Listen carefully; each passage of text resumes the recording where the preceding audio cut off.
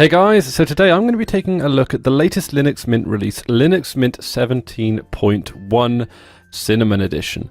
Now, this is a particularly interesting release when it comes to Linux Mint releases because it's the first on its new kind of schedule. Whereas what Linux Mint used to do is they used to take the latest version of Ubuntu and then build on top of that and then have a release every 6 months, sort of parallel to Ubuntu's release cycle as well. Now what Linux Mint are doing this time around is they're taking the latest long-term support release of Ubuntu, which is 14.04, and then they're building on top of that. They're still releasing Linux Mint every 6 months, but it's still going to be based off the long-term support release of Ubuntu, which is, well, pretty good actually. It's a move that I personally was in favour of.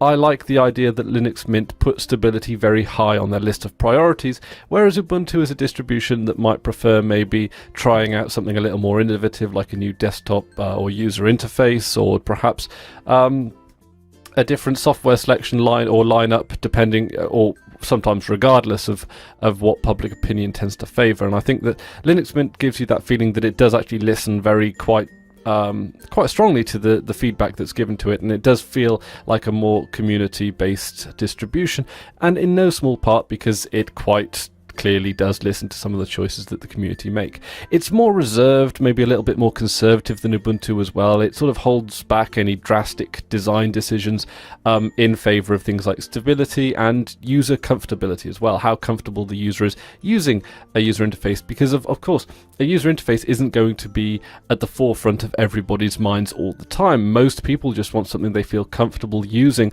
and feel that they know where they are, to feel that they know how to use their computer, and that to me is what a user interface really should be, at least for the majority of people. And sometimes I think Ubuntu just tries to make it just more exciting. User interface is more exciting than they need to be.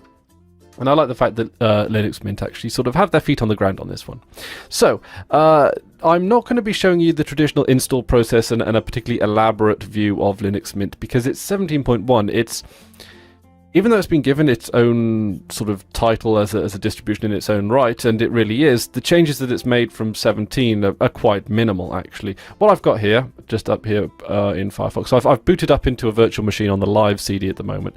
I'm not going to be installing it onto the virtual machine to show you the install process because it's pretty identical to the original Linux Mint 17 Cinnamon Edition walkthrough.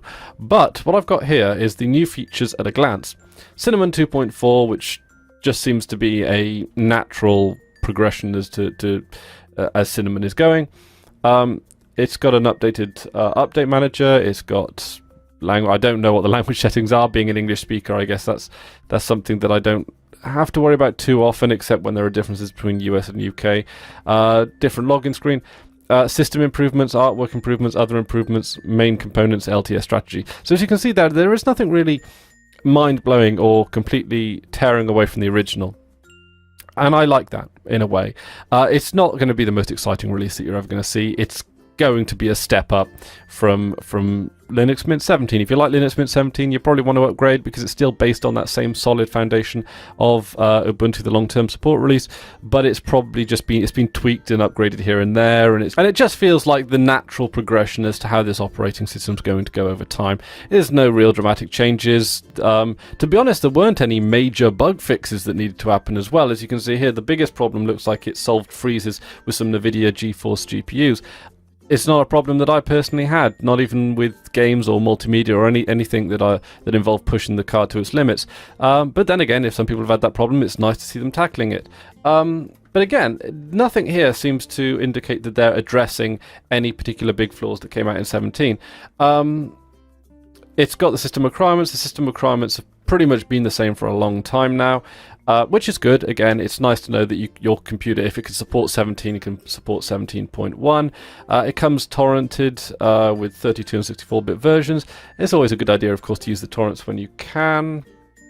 But fundamentally speaking, it's Linux Mint 17, just with it a little tighter, a little more upgraded. Now, of course, because I'm looking at the release candidate, I'm not really going to be able to give you too much information on the actual upgrade process itself. I will do once the final release has actually been brought out. Now, interesting thing about release candidates the Linux Mint tend to do, if you're wondering what a release candidate is, it's kind of like a beta candidate, except that it's more reliable, more stable, and more likely to work under mission-critical circumstances. Basically, this release candidate is an attempt at a final release. It's just going to be running through the final stages of testing, but if all goes well, this should be the exact same release. They'll be released out into the for public use. So it's more stable than a beta, but it's still not the final release. Linux Mint tend to do this because they build on top of Ubuntu quite a lot, and because they're already in a very safe environment to work with in terms of stability, and especially now with things like using the long-term support release of Ubuntu as a base. Yes, it does. It does seem that the betas aren't really something that's needed, but rather perhaps a release candidate might be more of an accurate description. Okay, so that being said, it looks like it's going to be, or looks like it's going to have the exact same software lineup. It's got GIMP, it's got your VLC media player, something which people really do like to have bundled. It's got the LibreOffice, when I can find it, LibreOffice there. It's got the same old accessories, but like I say, it's pretty good at guessing what the community actually wants out of it. But yeah, it just seems like the next stable release for Linux Mint, and it doesn't seem to have made any drastic decisions, design or under the hood, and I think that's, again, to its credit. If you're looking for something safe, reliable, steady, that's easy for sort of newcomers, or if you're just the kind of person that doesn't really want to get under the hood of the operating system, this is probably a good choice for you. It's one that I pretty much recommend to all newcomers to Linux if they've got the computer that can handle it, and of course the computer that can handle it has pretty much half a gig of RAM or more. So if you've got half a gig of RAM, then I tend to push people towards Linux Mint. It comes with so much bundled software that's useful that it does work very well out of the box. It comes with all the codecs installed. It comes with a great software bundle. It comes with a very user-friendly interface that's very familiar to people that might be migrating from Windows. It's probably my favorite distribution out there at the moment. I think that it takes all the good work that Ubuntu's done, and it effectively makes it better. It makes it more user-friendly. It makes it more consistent, both stylistically and in terms of upgrades. And it puts stability very much, or very near the top of its list of priorities, as well as things like a conservative and user-friendly interface. And these are things that I think make Linux more accessible to more people. So the install process is still the same. Installing new software into the system is still the same. It's as easy as ever. All in all, I got to give this one a thumbs up. This is a fantastic distribution, and it's carrying on that way. It's not a major upgrade, but then again, that in and of itself is a good thing, because Linux Mint pretty much nailed it with 17. They're just sort of sanding down the corners and all that about now. It's a natural progression. If you're thinking of moving to Linux, this is probably the distribution I would recommend, providing you've got a computer that can support it. System requirements, of course, are there on the screen, and they're pretty low system requirements, if we're honest. They've been the same now for at least 5 years, I think. So yeah, again, a fantastic distribution, same fantastic software bundle, same easy, same user-friendly processes for just about everything.